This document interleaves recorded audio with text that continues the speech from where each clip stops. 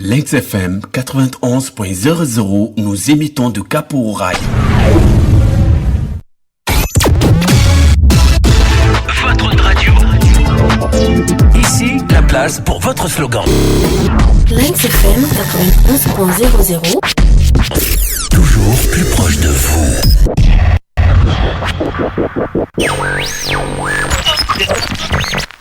Lynx FM 91.00, nous émettons de Cap au Rail. Perspective, voici la nouvelle tribune que Lynx FM a conçue, présente à son audimat. Cette émission donne lieu à un débat, des questions-réponses, des échanges et enfin une antenne ouverte au public. Perspective aborde successivement divers thèmes essentiels à l'édification multiforme d'un pays et c'est tous les vendredis de 17h à 18h avec Maguette Bodge.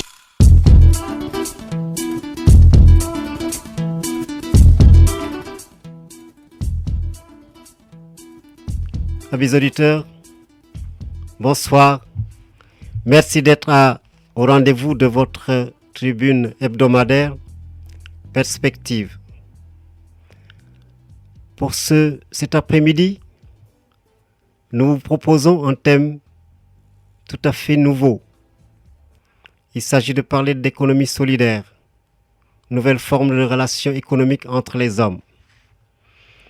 En effet, en ce début du XXIe siècle, les guerres continuent de sévir, les inégalités entre les hommes s'accroissent comme si l'exploitation de l'homme par l'homme était inexorable. Les 10% des hommes les plus riches du monde détiennent à eux seuls 86% de la richesse mondiale, alors que la moitié de la population mondiale ne dispose que de 0,5% de cette richesse. Sur notre continent, même dans les pays à forte croissance, la majorité des populations vivent en dessous du seuil de pauvreté, ce qui chez nous veut dire ne pas manger à sa faim, ne pas se loger correctement, ne pas envoyer les enfants à l'école, ni avoir accès aux soins médicaux. Dans notre pays, la Guinée, le salaire minimum a été fixé à 440 000 francs GNF, le franc guinéen. Somme avec laquelle vous en conviendrez, il n'est pas possible de vivre à Conakry. Avec nos maigres moyens, nous achetons tous des biens importés, forcément à bas prix, et qui pour cette raison ne sont pas de bonne qualité, ce qui nous oblige à les remplacer souvent. Que de gaspillage. Les smartphones, pourtant de haute technologie et dont la fabrication a demandé d'énormes sacrifices à nos frères ouvriers des exploitations minières, tombent en panne et sont jetés n'importe où dans nos tas d'ordures. Combien de temps cela va-t-il durer ? Combien de temps encore notre planète va supporter cette exploitation, cette pollution ? Que laisserons-nous à nos enfants ? Face à ce constat, d'autres formes d'économie se mettent en place, poussées par des populations de plus en plus raisonnables qui pensent que gagner toujours plus d'argent ne rend pas forcément heureux et qu'il est préférable de mieux répartir les richesses pour que chacun dans son pays puisse vivre décemment en harmonie avec son voisin. Car le plus grand ennemi de la paix est bien la pauvreté qui maintient dans l'ignorance et nous fait retomber au temps barbare, esclaves des plus puissants. Ces autres formes de relations entre les hommes, on les retrouve sous le terme générique d'économie solidaire. Partout à travers le monde, des initiatives se mettent en place, aidées par le formidable outil de communication planétaire qu'est l'Internet. Chacun de nous, même dans les endroits les plus reculés de Guinée et grâce à son téléphone mobile, peut nouer des relations partout dans le monde comme si tous les gens de bonne volonté voulaient se donner la main à travers les continents. Pour nous parler de cette économie solidaire qui place l'être humain au centre, nous recevons aujourd'hui, avec beaucoup de plaisir, M. Philippe Leclerc. M. Philippe Leclerc est de nationalité française. Il est né en 1957. Il est diplômé de l'Université de Valenciennes en France. Détient un master intitulé Développement local et économie solidaire, obtenu en 1998 avec mention. C'est la deuxième promotion.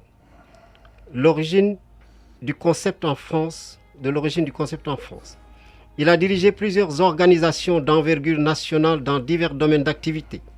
Le monde sportif, la formation professionnelle, la protection de l'environnement, avant de se spécialiser dans l'insertion par l'activité économique des populations les plus fragiles au sein de collectivités publiques. Créateur d'entreprises plusieurs fois primé en France, il intervient en Afrique depuis 2006, au Bénin pendant 8 ans et depuis 2 ans en Guinée, dans la mise en œuvre de projets d'utilité collective ainsi que dans le domaine de l'audit organisationnel et financier à partir d'un bureau d'expertise comptable. Il souhaite transmettre les nouvelles formes d'entrepreneuriat aux jeunes de notre pays par l'information, le conseil, la formation, l'accompagnement dans les projets. Bonsoir Monsieur Leclerc, bienvenue sur Lex FM. Et nous vous remercions d'emblée de votre noble intention de nous mettre au diapason de ce 21e siècle qui évolue et qui a beaucoup de voies qui mènent à l'évolution, qui mènent à l'épanouissement, qui mènent à la promotion humaine. Encore une fois, bienvenue, Monsieur Leclerc. Merci, Monsieur Maguette. Monsieur Leclerc, oui. Nous allons d'ores et déjà vous demander de nous parler, de nous définir la notion, de nous donner la notion de l'économie solidaire.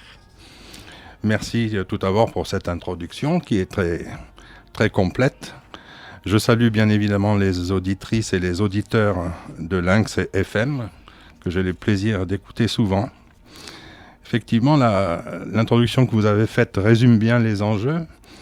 Ce que je vous propose, c'est une série peut-être de 3 émissions dans lesquelles nous pourrons passer en revue presque toutes les facettes de ce nouveau concept. Aujourd'hui, je vous propose de définir ce qu'est l'économie solidaire. J'essaierai de vous donner beaucoup d'exemples, des cas concrets. Dans une deuxième partie, nous pourrons examiner les conditions dans lesquelles elle peut se développer et être prise au sérieux, avec là encore des exemples, puisque l'on rencontre l'économie solidaire dans des projets aussi industriels. Et dans une dernière émission, nous pourrons réfléchir ensemble, et bien sûr avec les auditeurs qui le souhaitent, sur la manière dont l'économie solidaire pourrait être un outil de développement pour la Guinée, pour sa jeunesse, à laquelle nous apporterons des outils pour qu'ils deviennent, pourquoi pas, les nouveaux entrepreneurs solidaires de demain. Alors, avant d'aborder la définition de ce que c'est, je voudrais tout de suite rebondir sur ce que vous avez dit dans l'introduction, le formidable outil qu'est l'Internet. On s'en rend peu compte encore pour le moment, bien que ça commence à venir. Et l'Afrique a eu la chance de passer directement de rien du tout au téléphone mobile, ce qui est un élément, une grande liberté. Je vous cite un exemple. Les femmes au Kenya ont l'habitude de fabriquer des bijoux depuis des dizaines et des dizaines d'années. Et il y a une de ces créatrices, une dénommée Madame Catherine Maougou, qui a eu une idée, créer une plateforme de vente sur Internet. Et tous les bijoux peuvent être vus dans le monde entier.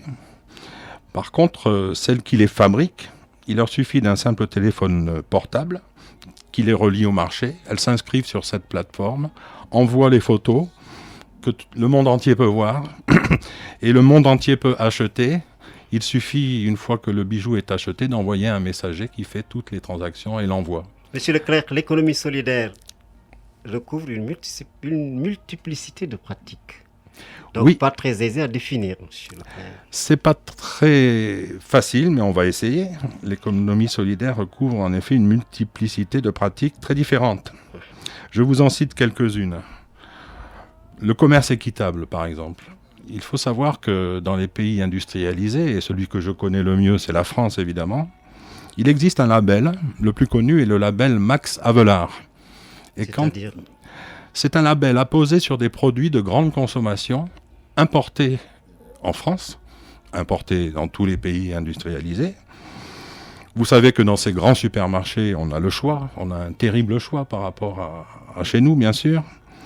Eh bien, le consommateur peut faire le choix de payer un produit un peu plus cher, parce qu'il a la garantie avec le label Max Havelaar que le producteur aura été justement rémunéré. C'est un marché qui actuellement, en France en tout cas, avoisine les 400 millions d'euros. C'était le chiffre de 2012 et qui est en progression de 10% par an. Maintenant, la finance éthique, Parce que quand vous alliez finance à éthique, alors parlez-nous-en. La finance éthique. Alors, je finis peut-être sur le commerce équitable. Cela veut dire qu'il y a des consommateurs français, pour les chiffres que j'ai cités, qui font ce choix. Ils font ce choix pourquoi ? Parce qu'ils savent qu'ils vont avoir derrière un bon produit.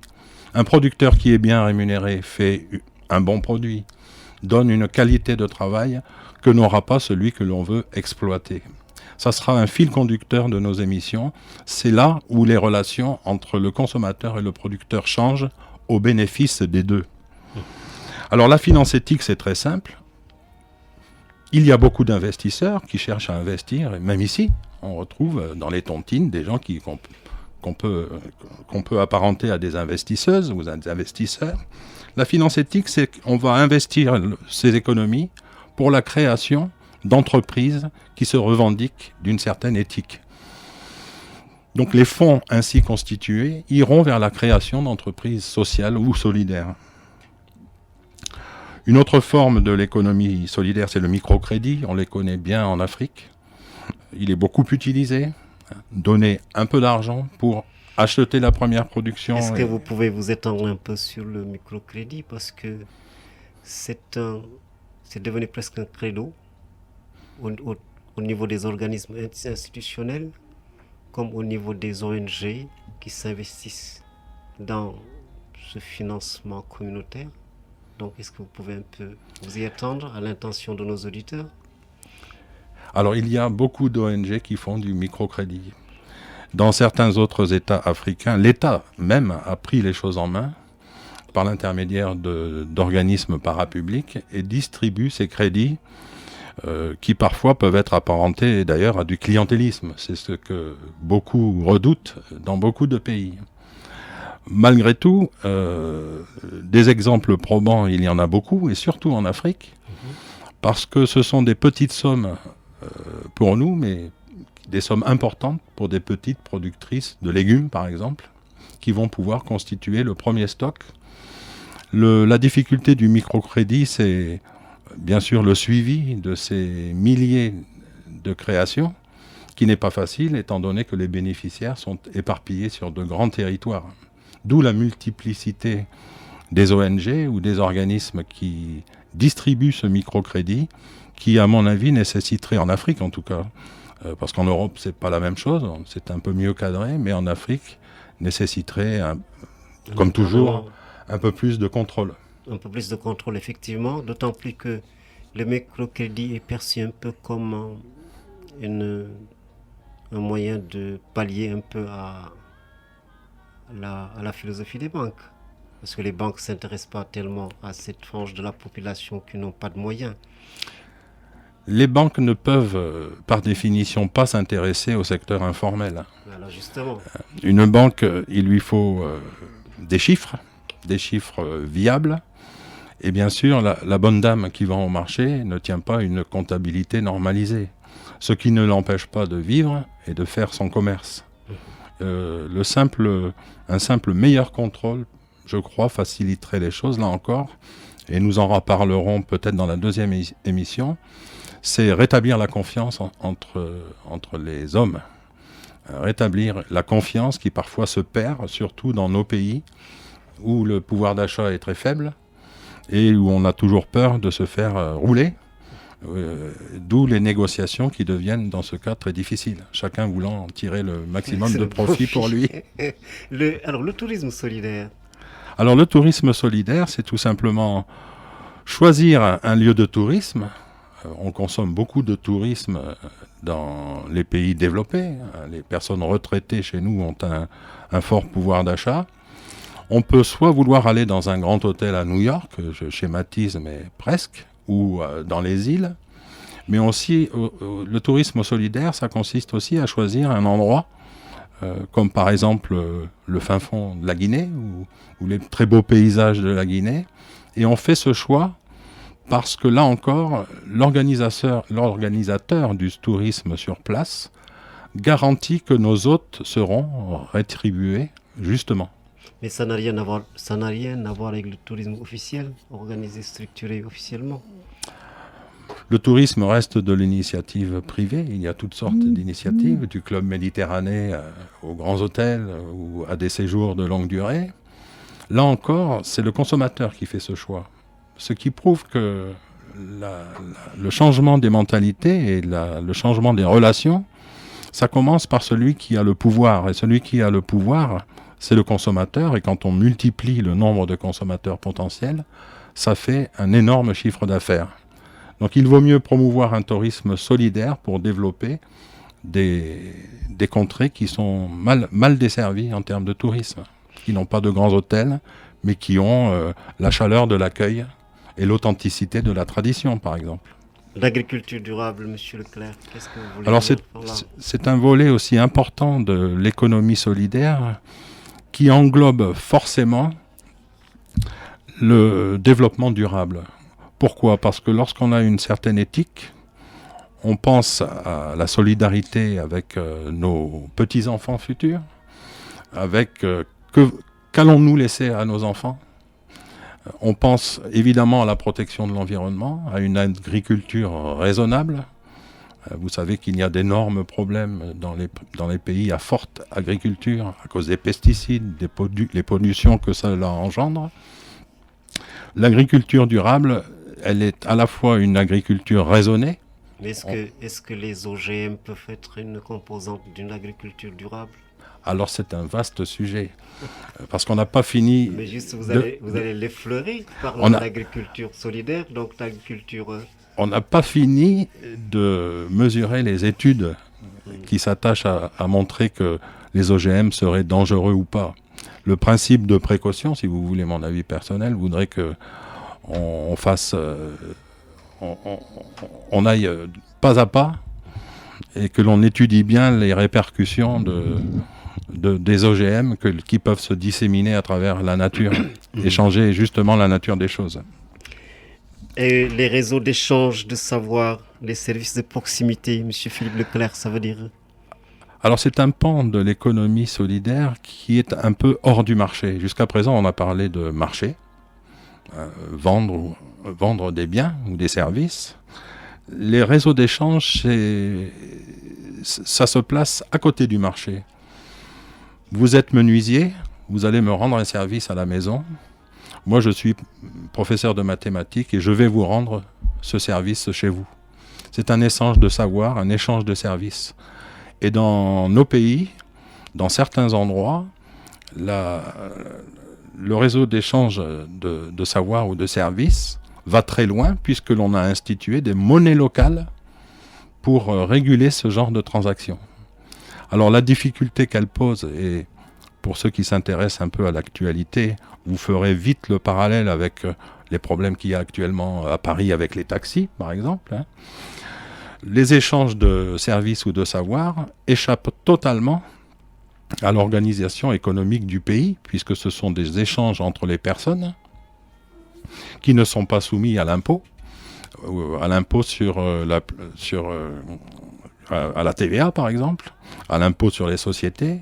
Ça échappe donc à toute forme de financement. Ça veut dire quoi la TVA, à l'intention de nos auditeurs? La TVA, la taxe sur la valeur ajoutée.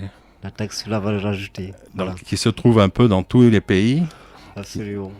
Qui taxe à chaque vente que vous effectuez, qui taxe cette vente aux alentours de 20%, considérant qu'à chaque vente, vous avez apporté une valeur ajoutée. Et bien sûr, tout cela va dans les caisses de l'État. Dans le cas des réseaux d'échange de savoir ou de services, nous n'avons plus de cotisation pour l'État. Mais par contre, la population s'y retrouve parce que le faible pouvoir d'achat ou l'amenuisement du pouvoir d'achat fait que l'on va vers des choses pratiques, les choses qui nous coûtent les moins chères. Et il se trouve que ces choses-là, quand ça se passe dans des échanges humains, sont bénéfiques pour les deux et entretiennent la relation sociale. Donc nous en sommes au tout début, mais il y aura lieu de trouver le juste milieu pour que l'activité économique participe à la richesse nationale, mais aussi continuer d'entretenir les rapports humains qui naissent de cette économie un peu parallèle pour l'instant. Donc, l'économie solidaire et l'économie sociale, ce qu'on appelle l'économie sociale. similitudes, différences? Alors l'économie sociale est plus ancienne. L'économie sociale est née dès la fin du XVIIIe siècle, vous voyez. Pendant la révolution industrielle, est née l'économie sociale qui comprend les entreprises et organisations qui combinent des modes de création et de gestion privés mais collectifs de type associatif. C'est surtout les associations, sans but lucratif. Les coopératives, par exemple, que l'on connaît bien en Afrique, qui sont fondées sur la propriété et la gestion collective de l'activité. Les salariés sont des coopérateurs, donc des actionnaires, chacun disposant d'une voix et participent tous aux décisions. L'économie sociale, c'est également les mutuelles. Ce sont des sociétés de secours, mutuels contre les aléas de la vie. C'est surtout des assurances, des produits d'assurance, de retraite ou de prévoyance. Tout cela, c'est l'économie sociale à la base. Les associations, bien sûr, qui rassemblent toute autre forme libre de personnes visant une activité qui peut être aussi économique, mais sans une finalité première de profit. La notion d'économie solidaire, elle, est bien plus récente que celle de l'économie sociale et son contour bien plus imprécis. On l'a vu avec les exemples que je viens de donner. On peut s'en faire une idée grâce au mouvement actuellement qu'on appelle le mouvement altermondialiste qui se retrouve depuis 2001 autour du Forum social mondial. Qu'est-ce que c'est une signification? C'est-à-dire, parlez-nous un peu de ce qu'on appelle les altermondialistes à l'intention de nos auditeurs. Parce que de loin, la plupart, nous entendons parler d'altermondialistes, de manifestations qui se tiennent à Davos, par-ci, par-là. Donc, vous nous en parler? Les altermondialistes transcendent la notion de nation. Continent, de nation. Ça se passe dans le monde entier. Il y a des milliers de gens qui se regroupent et qui communiquent ensemble dans le monde entier pour prôner justement une alternative crédible à l'activité économique traditionnelle et à la mondialisation telle que nous la vivons actuellement et qui fait parfois des ravages. Tout n'est pas à jeter. L'altermondialiste prend ce qui est bon, mais combat ce qui est mauvais. Et ce qui est mauvais l'est souvent d'ailleurs au détriment de la planète ou au détriment des hommes qui s'appauvrissent un peu sur tous les continents et même dans les pays développés. On assiste à une paupérisation due au fait que l'on cherche toujours à avoir les prix les plus bas et on cherche toujours à faire le maximum de profit. Vous l'avez dit dans votre introduction, 10% des hommes les plus riches du monde détiennent 86% des richesses mondiales. L'altermondialiste prône des alternatives et décline ces alternatives dans tous les secteurs d'activité économique ou associative ou environnementale. Donc va se battre contre le nucléaire par exemple, va se battre contre Monsanto qui impose sa volonté aux paysans, va proposer des solutions alternatives et que l'on peut appeler de façon générique l'économie solidaire justement. Mais l'économie solidaire n'exclut pas pour autant la recherche d'un profit individuel. Absolument pas.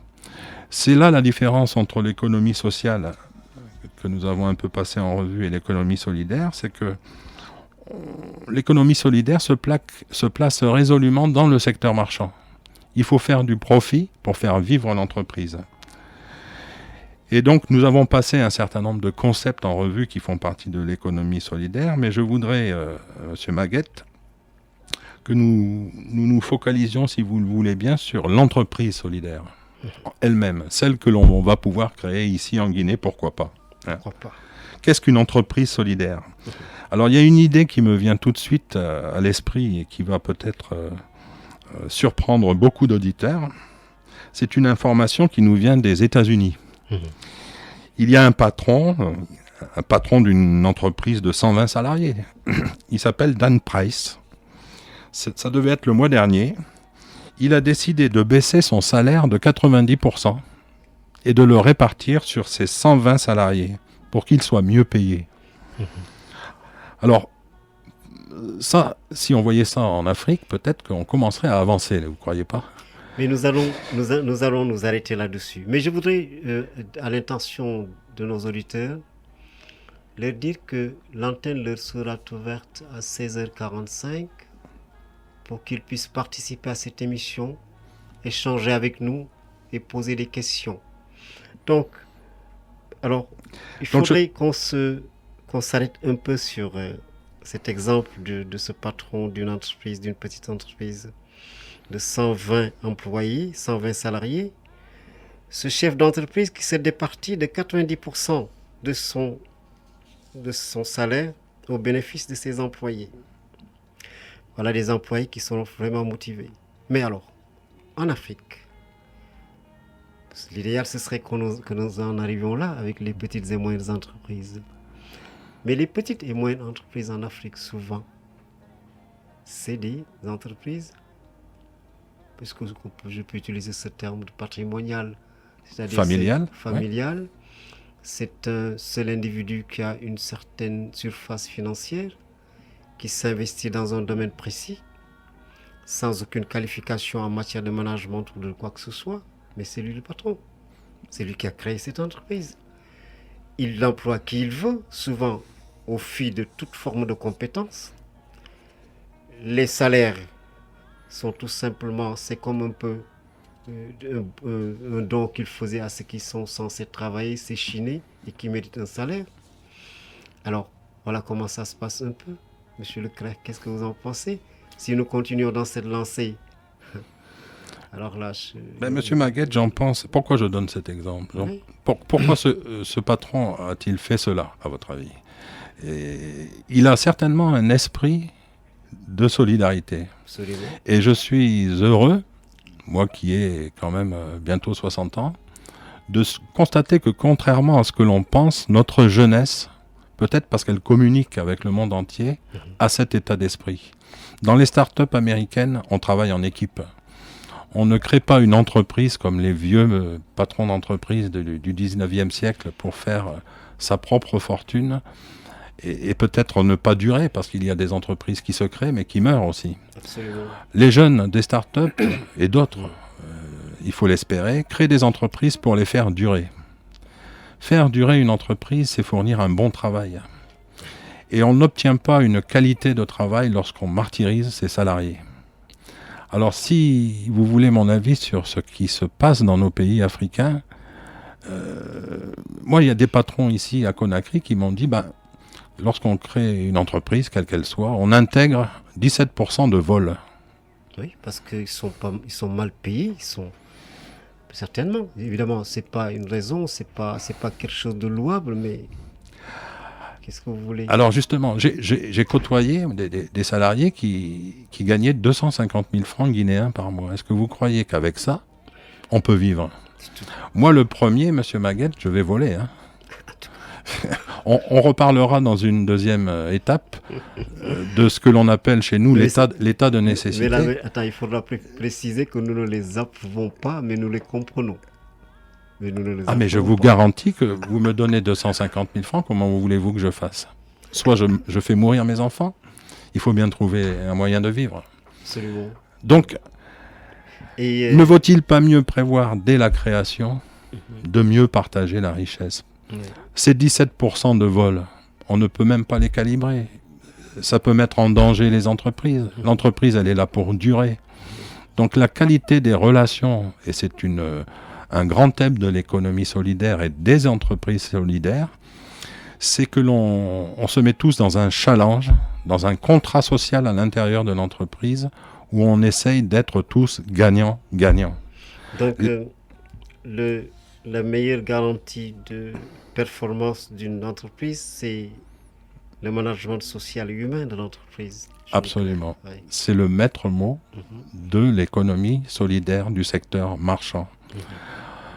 Vous ne pouvez pas... Nous reviendrons sur des exemples précis qui font gagner des parts de marché. La qualité du travail rendu fait gagner du marché à des entreprises, plus qu'à d'autres qui martyrisent leurs salariés. Quand un salarié est martyrisé ou n'est pas bien dans sa peau, mal payé ou a des soucis, il peut faire n'importe quoi. Quand en plus le patron n'est pas sympathique, et même parfois violent, je l'ai vu ici, on n'hésite pas à gifler les gens en Afrique, on le sait bien, parfois. C'est terrible, mais c'est comme ça. Vous ne pouvez pas espérer d'avoir en retour un bon travail, ou alors il faut être un peu masochiste. Le bon travail, c'est du chiffre d'affaires. C'est ça que le patron doit comprendre. C'est du chiffre d'affaires dans la durée. Et donc, je ne veux pas mettre tous les patrons africains dans le même panier parce que j'en connais des très bien. Heureusement, il ne faut jamais généraliser. J'en connais qui font un excellent travail et des salariés qui sont heureux dans leur entreprise ici en Afrique. Mais il y en a d'autres, hélas, pour qui ce n'est pas le cas et à qui je dis traitez bien vos employés et vous aurez de la qualité de travail. La qualité de travail, c'est du chiffre d'affaires. Et certainement, dans nos prochaines émissions, on aura le loisir de revenir un peu sur la gestion des ressources humaines au sein des entreprises. Bien sûr. Mais en attendant, Monsieur Leclerc, revenons sur ce qu'est une entreprise ordinaire dans le monde et aussi en Guinée. Je rappelle à nos amis auditeurs qu'ils peuvent nous appeler d'ores et déjà, s'ils le désirent, s'ils veulent poser des questions à Monsieur Leclerc, s'ils veulent nous apporter des contributions ou des exemples concrets vécus. Donc, je le disais, Philippe, ce qu'est une entreprise ordinaire dans le monde, mais surtout en Guinée, en ce qui nous concerne. Oui, vous l'avez rappelé tout à l'heure, c'est généralement l'entreprise familiale, le fondateur qui va investir son argent dans une entreprise qui peut prendre plusieurs formes. Elle peut être dans l'informel, il y en a encore beaucoup, mais aussi, et heureusement, il y a des sociétés à responsabilité limitée, les SARL. Donc c'est le patron fondateur qui va s'associer avec d'autres, souvent la famille, rester majoritaire au capital de l'entreprise et faire son activité économique. Lorsque l'entreprise grandit, ça peut être une société anonyme. Donc dans ce cas-là, les actionnaires sont anonymes, puisque lorsqu'une société est cotée en bourse, par exemple, n'importe qui peut investir. Vous pouvez demain investir sur une grande entreprise comme Total, si vous avez un peu d'argent. Mais Total ne vous connaît pas. Elle va chercher des fonds sur le marché pour investir et faire son activité économique. Mais qu'est-ce que cherche une entreprise jusqu'à présent et depuis toujours? C'est le maximum de profit. On est là pour faire du profit, donc on veut gagner le plus d'argent possible, et c'est normal, soit pour servir le fondateur, soit pour servir les actionnaires, et l'on va donc tout faire pour gagner un maximum d'argent. Ça veut dire quoi? Ça veut dire payer ses fournisseurs le moins cher possible, et encore une fois, nous y revenons, ses salariés le moins cher possible. Et lorsqu'on ne les trouve pas dans son propre pays, on va les chercher dans le pays voisin, de proche en proche. Les industries françaises se sont perdues, certaines en Afrique du Nord, puis après dans l'Est, et maintenant tout se fabrique en Chine, vous le savez bien, pour aller chercher les salaires les plus bas. Alors faut-il intégrer tout cela? L'économie solidaire, elle propose de mieux faire sur place et de rendre une qualité de travail qui ne se retrouve pas dans ces pays-là, pas toujours. Vous savez bien que, et c'est malheureux en Afrique, lorsque vous achetez un produit à bas prix, vous l'avez dit dans votre introduction, ne vous attendez pas à avoir de la qualité. Les Chinois disent petit travail, petit prix, petit travail. Alors là, vous me donnez l'occasion, j'avais tellement envie qu'on en parle, parce qu'aujourd'hui, l'informel en Afrique, dans certains de nos pays, l'informel est envahi et pris en charge par la coopération, ce que j'appelle la coopération chinoise, parce que nous sommes envahis par des commerçants de l'informel venus d'ailleurs, avec un savoir-faire que nous n'avons pas, et pourtant notre informel à nous occupait pas mal de jeunes déscolarisés, des jeunes à qui il faut offrir l'occasion d'avoir ce que j'appelle la promotion de l'emploi de nos salariés, et qu'aujourd'hui, si on y prend garde, si on ne prend pas garde, plutôt, nous avons un sérieux problème, parce que ce qu'ils avaient là, qui était assez étroite comme possibilité, leur est tout simplement pris par les Chinois, il faut bien dire le nom. Qu'est-ce que vous en pensez, M. Leclerc? Est-ce qu'il va de l'intérêt de nos pays qui se disent aujourd'hui, parce qu'aujourd'hui c'est le slogan à la mode, en voie d'émergence, pas plus ce n'est plus en voie de développement, parce que en voie de développement, c'est perpétuel. Alors, c'est en voie d'émergence. Mais alors, si nous ne pouvons même plus laisser le champ libre à nos forces vives pour qu'ils puissent évoluer, gagner leur vie dans l'informel, est-ce que nous allons aller où? Je pense qu'il ne faut pas jeter la pierre. Je ne jette pas la pierre, je dis tout simplement comment ils font, comment ils se comportent. Non, il faut qu'on en parle sérieusement. Il n'y a pas de diplomatie dans cette histoire. Moi, je ne jette pas la pierre. Les Chinois savent très bien faire les choses. S'ils ne recrutent pas sur place, c'est ça que vous voulez dire, je pense. Ils ne recrutent pas sur place, mais également, nous sommes envahis par de la pacotille. Vous avez dit qu'ils Alors, il y a très deux souvent choses. petit travail, petit argent. Oui, Il est vrai que c'est la faute un peu de nos commerçants qui viennent avec la pacotille, qui font du 500% de bénéfices et plus. Il est vrai. Donc quand nous parlons, disons, à l'intention, évidemment, de ces Chinois. Il faut qu'on leur dise que nous savons ce qui se passe. C'est pas de leur faute, ok, mais ils n'ont pas, c'est pas des mécènes. Hein. Alors, mais également un message pour nos soi-disant opérateurs économiques. On n'est pas opérateur économique lorsqu'on met son pays en genoux. Et ça, donc, les responsabilités sont partagées et majoritairement par nous-mêmes. Voilà, donc c'est ça. Là encore, c'est un état d'esprit. Moi, je suis surpris de voir... les Chinois font de très bonnes choses. Hein. Encore une fois, c'est un pays fort, un pays magnifique, avec du savoir-faire, qui est en train de construire son avenir. C'est son tour, c'était le nôtre avant, et j'espère bien, et je le crois fortement, ça sera celui de l'Afrique bientôt. Oui, mais là... Il faut construire nos propres forces. Le Chinois ne trouve pas la main-d'œuvre qualifiée, ne trouve pas ce qu'il cherche forcément toujours ici pour remplir ses contrats, pour faire son travail. Je ne pense pas que ça soit délibéré de leur part, c'est simplement une question économique. D'autant qu'ils cherchent à maîtriser les coûts. Les Chinois remportent beaucoup de marchés parce qu'ils maîtrisent leurs coûts avec leurs propres travailleurs. Mais je ne crois pas qu'ils soient fermés à la coopération. Enfin, c'est mon avis personnel. On pourrait en parler effectivement des heures avec des exemples plus précis que peut-être j'ignore. Je préfère que l'on parle effectivement de l'état d'esprit qu'il y a à acheter de la pacotille, comme vous dites. On va être obligé de changer 3 ou 4 fois dans l'année, plutôt que d'attendre un peu et d'investir dans un matériel solide dont on est sûr qu'il peut durer parfois des siècles. Vous avez des maisons en Europe qui ont plusieurs siècles et qui ont toujours leurs serrures, par exemple. Les serrures de plusieurs siècles. Oui. Lorsqu'on achète une serrure à Madina qui porte la marque Vachette, pour ne pas les citer, mais que c'est une fausse, c'est une contrefaçon, vous allez changer votre poignée de porte 2 ou 3 fois dans l'année parce qu'elle est de mauvaise qualité, mais c'est de la faute de qui ? Là encore, c'est de la faute de celui qui l'achète. Mais celui qui l'achète, il est très ignorant de la qualité. Il pense qu'on lui offre dans le marché, compte tenu de la faiblesse du pouvoir d'achat. Il pense qu'on lui offre. Moi, je dis que plutôt, c'est ceux qui offrent ce genre de marchandises qui ne sont pas des patriotes, à mon avis. Vous allez dire que je vais un peu plus fort, mais c'est comme ça, c'est la réalité. Il faut qu'on se dise des choses. C'est pas vous qui le dites, c'est nous qui le disons. Et je pense que de la pacotille à la friperie, il n'y a qu'un seul pas. La friperie.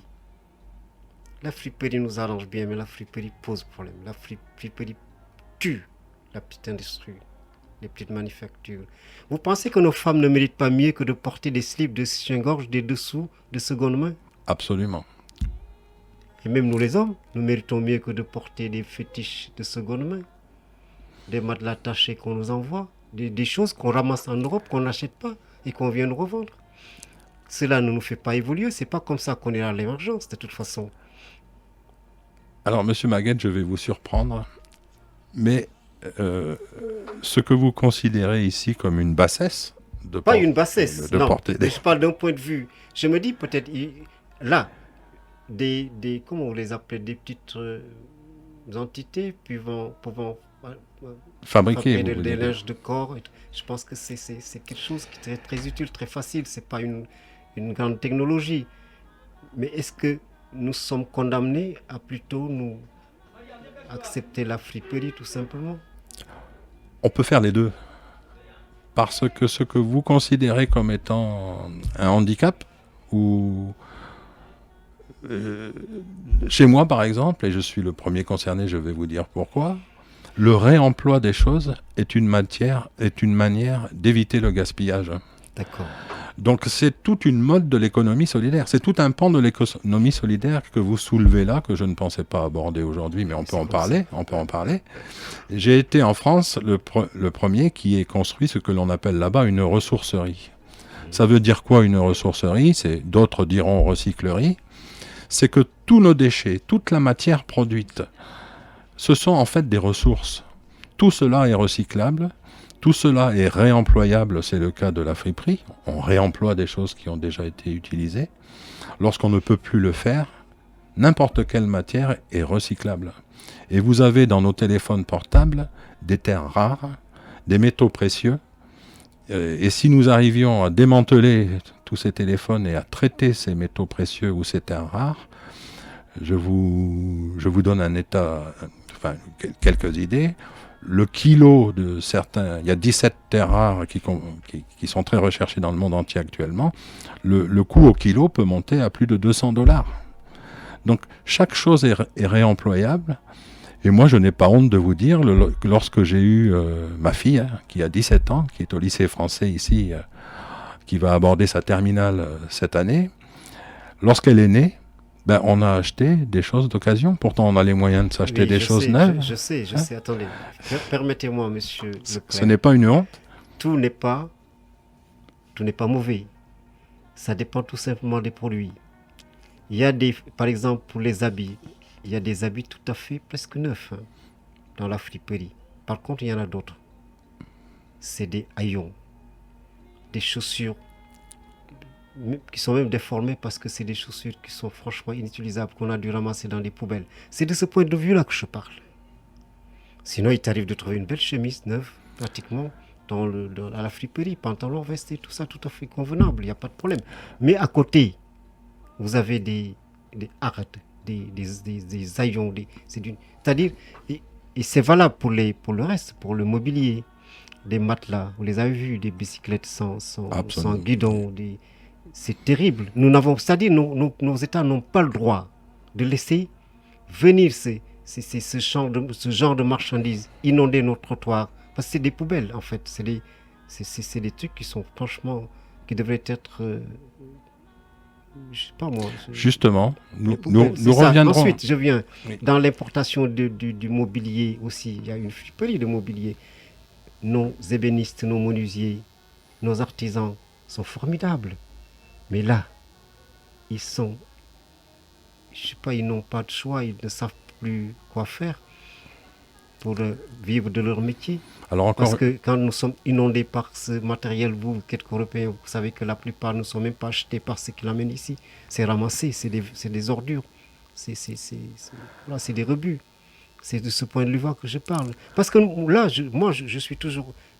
nous sommes toujours constants dans ce devoir d'interpellation que nous imposons parce que nous sommes des communicateurs et que nous avons un rôle d'interpellation à chaque fois que nous sentons ou que les personnes avec qui nous vivons nous font part d'un certain malaise, d'une certaine incompréhension d'un certain nombre de choses, qu'on en parle. Et c'est des émissions de ce genre nous en donnent l'occasion. Donc nous ne dévions pas de notre thème d'aujourd'hui. Absolument pas. Absolument pas, mais alors, nous nous comprenons, nous vous écoutons. Ben encore une fois, nous retombons sur des questions de relations humaines et de confiance.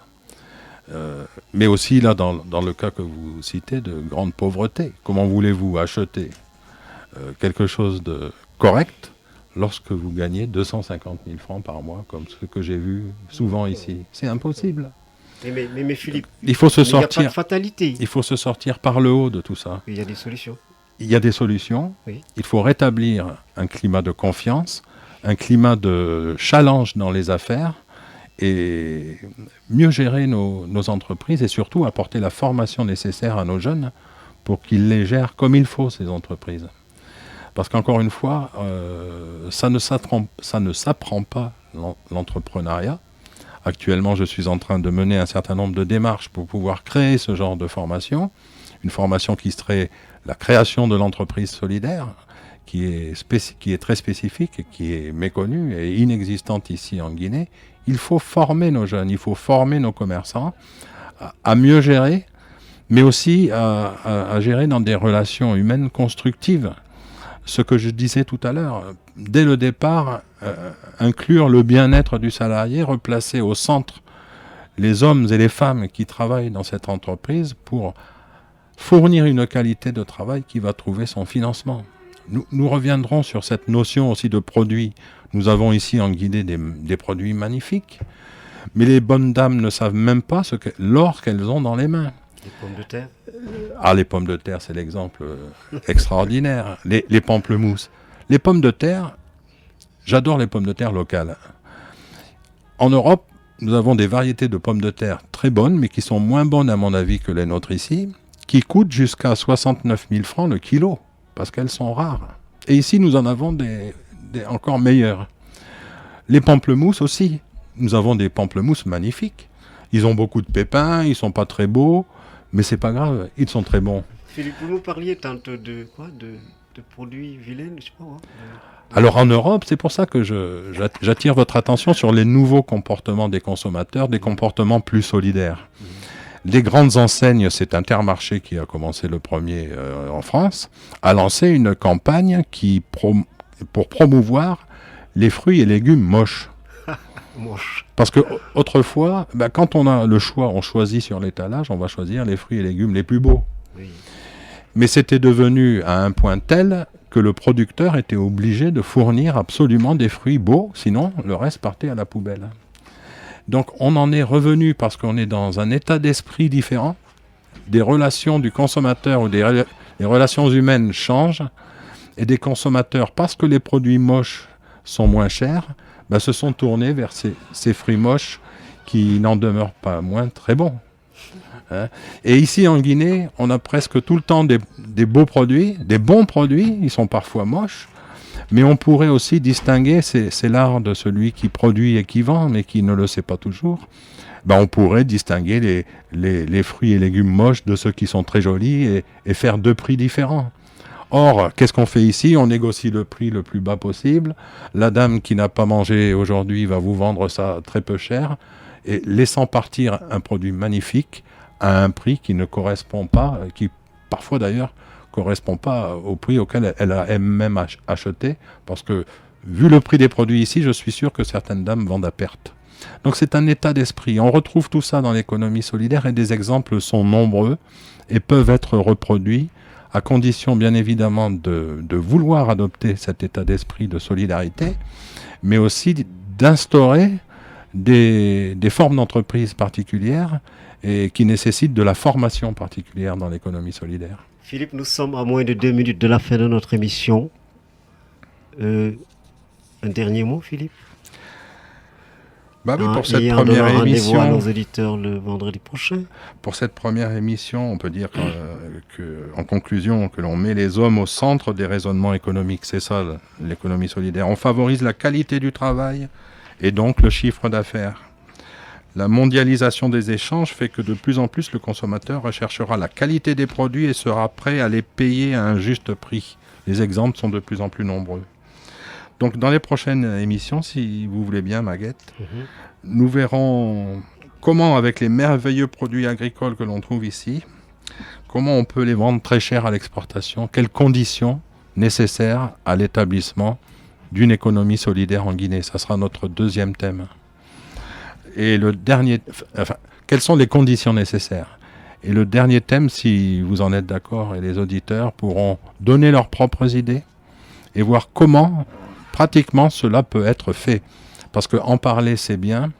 On parle toujours beaucoup dans nos pays. On fait même des symposiums, des ateliers, des forums pour parler de beaucoup de choses. Mais le faire, c'est encore mieux. Ok. Philippe, merci.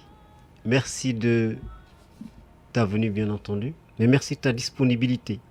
Parce que là, pour la première fois, nous avons un consultant, un invité qui prend l'engagement d'approfondir la discussion, le débat, les échanges en une ou deux émissions. Soyez-en remerciés, Monsieur Leclerc. Merci à mes auditeurs d'avoir été au rendez-vous. votre ami Maguette Mbouch vous souhaite encore une fois un bon week-end de Ramadan. Merci à l'équipe technique, Sadou Kamara. À la semaine prochaine. Perspective, voici la nouvelle tribune que Lynx FM a conçue, présente à son audimat. Cette émission donne lieu à un débat, des questions-réponses, des échanges et enfin une antenne ouverte au public. Perspective aborde successivement divers thèmes essentiels à l'édification multiforme d'un pays et c'est tous les vendredis de 17h à 18h avec Maguette Bodge. Bienvenue sur Lynx FM 91 00 à Cap-Rail.